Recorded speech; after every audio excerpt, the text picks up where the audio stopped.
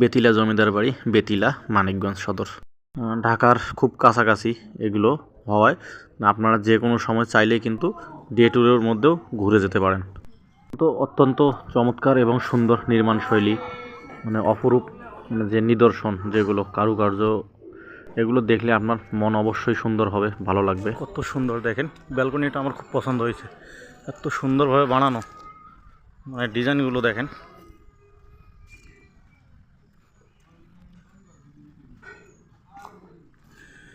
এটা বর্তমানে বাংলাদেশ সরকার সমাজ কল্যাণ মন্ত্রণালয়ের অধীনে সরকারি আশ্রয় কেন্দ্র হিসাবে ব্যবহার হচ্ছে।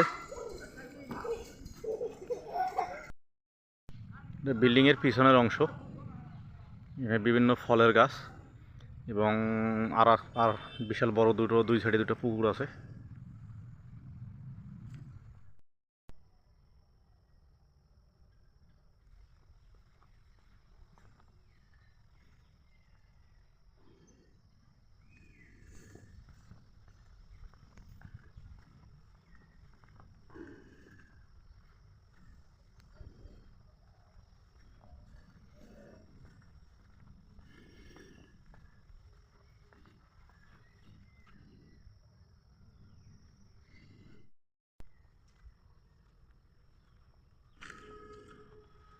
এগুলো সম্ভবত কোনো সরকারি কাজে ব্যবহৃত হয়, আমার জানা নেই।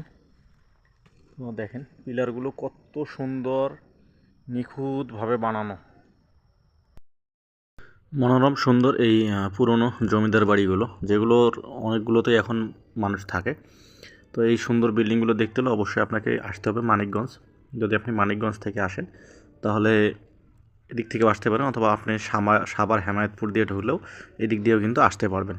তো যেদিক থেকে আসেন মানিকগঞ্জ সদরের থেকে খুব কাছাকাছি, যে কোনো কাউকে বললেই দেখিয়ে দিবে। যারা মানে নিজস্ব গাড়িতে আসবেন তারাও আসতে পারবেন, এবং যারা বাসে করে আসতে চাইলেও আসতে পারবেন। বাস থেকে, মানিকগঞ্জ থেকে অটো রিক্সা, যে কোনো পরিবহনে আপনি এখানে ইজিলি আসতে পারবেন।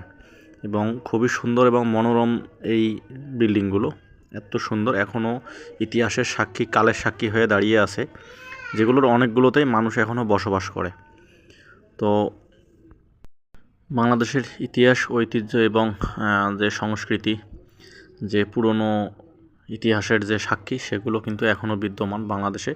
এগুলো আসলে অন্যান্য অসংখ্য স্থাপনা আমি দেখেছি যেগুলো মানে এরকম অবহেলা, অযত্নে পড়ে থাকে, কিন্তু যত্ন নিলে সেগুলো খুব সুন্দরভাবে রিপ্রেজেন্ট করা যায় মানুষের কাছে, যেগুলো মানুষের হাত ধরে আবার বিশ্বের দরবারে রিপ্রেজেন্ট হয়। বাংলাদেশকেই কিন্তু সেটা, বাংলাদেশের নামটাকেই উজ্জ্বল করে। তো আমাদের যে মন্ত্রণালয়গুলো আছে তারা যদি এই উদ্যোগগুলো নেয়, পুরনো যে স্থাপনাগুলো বাংলাদেশের, সেগুলো যদি সংস্কারের উদ্যোগ নেয়, তাহলে অবশ্যই কিন্তু সেগুলো মানুষের কাছে আরও সুন্দরভাবে ফুটে উঠবে। মানুষ ইতিহাস সম্পর্কে জানবে, দেখবে, তাহলে কিন্তু আমাদের যে ইতিহাসটা আছে সেটা কিন্তু অক্ষুণ্ণ থাকবে, অক্ষত থাকবে। তো আপনারা চাইলে আসতে পারেন, যেদিক থেকে আসতে পারেন।